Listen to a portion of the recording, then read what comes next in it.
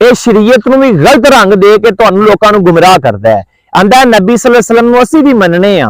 ਕਿਵੇਂ ਨਬੀ ਸੱਲੱਲਾਹੁ ਅਲੈहि ਵਸੱਲਮ ਨੂੰ ਮੰਨਦਾ ਹੈ? ਆਂਦਾ ਨਬੀ सल्लल्लाहु अलैहि वसल्लम जिंदा होंदे ते उन्हां दी इस्तानत वसीला ते मदद जायज सी, लेकिन अब्दुल्ला बिन उमर नूं ना पता जंगे यमामा दे विच उन्हां दा जो पांव सुन्न हो गया ते उन्हां नबी सल्लल्लाहु अलैहि वसल्लम नूं मदद वास्ते पकारिया कि ना पकारिया?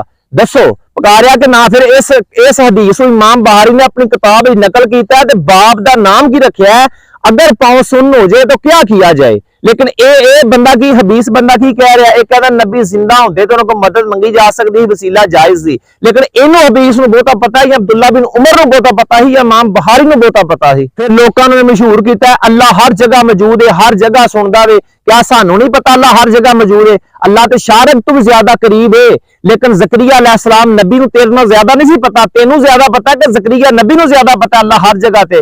लेकिन जदों मरियम दे हुजरे दे विच गए ते बेमौसमे फल पे वेखे, फरमाया मरियम कित्थों आउंदे ने? उन्हां कहा अल्लाह ताला अता करदा है।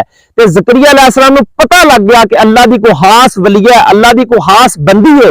उत्थे अल्लाह दा कुरान आंदा हाथ चुकते हुनालिका दुआ ज़करिया अलैहिस्सलाम ने हाथ चुक के ते दुआ मंग के औलाद वास्ते दस दिता।